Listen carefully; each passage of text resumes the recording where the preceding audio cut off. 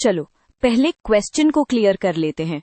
तुमसे बोला जा रहा है फेमिनिज्म टर्म को एक्सप्लेन और इलैबोरेट करो, और फिर उसको इंडिया के कॉन्टेक्स्ट में जेंडर, रिलीजन और कास्ट के लेंस से एड्रेस करो। मतलब सिर्फ डेफिनेशन नहीं, इंडिया में ये कैसे वर्क करता है ये दिखाना है। सबसे पहले फेमिनिज्म को सिंपल वर्ड्स में समझते हैं। फेमिनिज्म बेसिकली एक आइडिया और मूवमेंट है जो जेंडर बेस्ड इनइक्वालिटी को चैलेंज करता है और इक्वल राइट्स और इक्वल डिग्निटी की डिमांड करता है। इम्पॉर्टेंट पॉइंट ये है कि फेमिनिज्म का गोल सिर्फ विमेन को बेटर बनाना नहीं, बल्कि अनफेयर पावर स्ट्रक्चर्स को चेंज करना होता है। अब इलैबोरेट करते हैं, क्योंकि डेफिनेशन से आगे सोचना जरूरी है। फेमिनिज्म ये भी बोलता है कि इनइक्वालिटी सिर्फ लॉज से नहीं बनती, डेली लाइफ के नॉर्म्स से बनती है, जैसे फैमिली रोल्स, वर्क प्लेस बायस, वायलेंस और रिप्रेजेंटेशन। इसीलिए फेमिनिज्म पर्सनल लाइफ और पब्लिक लाइफ दोनों को क्वेश्चन करता है।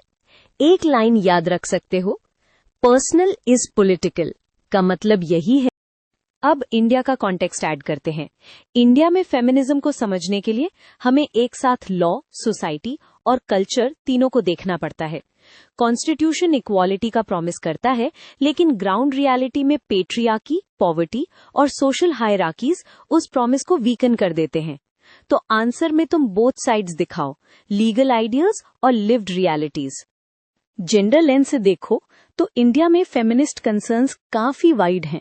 एजुकेशन और जॉब्स में access, unpaid care work, dowry और अर्ली मैरिज, वर्कप्लेस हरासमेंट और जेंडर बेस्ड वायलेंस, ये सब जेंडर इनइक्वालिटी के प्रैक्टिकल एग्जाम्पल्स हैं।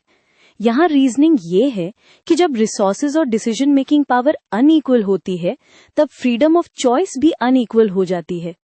अब रिलीजन को केयरफुली हैंडल करना होता है, क्योंकि टॉपिक सेंसिटिव भी हो सकता है।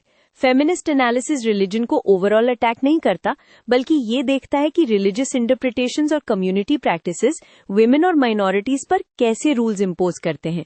इंडिया में personal laws, marriage, divorce, inheritance के रूल्स और कम्युनिटी नॉर्म्स, ये सब जेंडर जस्टिस के क्वेश्चंस को डायरेक्टली अफेक्ट करते हैं। अब कास्ट लेंस ऐड करते ही पिक्चर और डीप हो जाती है।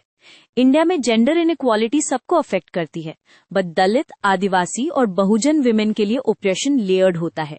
Gender plus caste, for example violence, labour exploitation, access to land, water, sanitation, schooling, सब पर कास्ट का इफेक्ट होता है। तो यहाँ पॉइंट ये है, विमेन एक सिंगल यूनिफॉर्म कैटेगरी नहीं है। यहाँ एक पावरफुल कॉन्सेप्ट यूज कर सकते हो, इंटरसेक्शनैलिटी।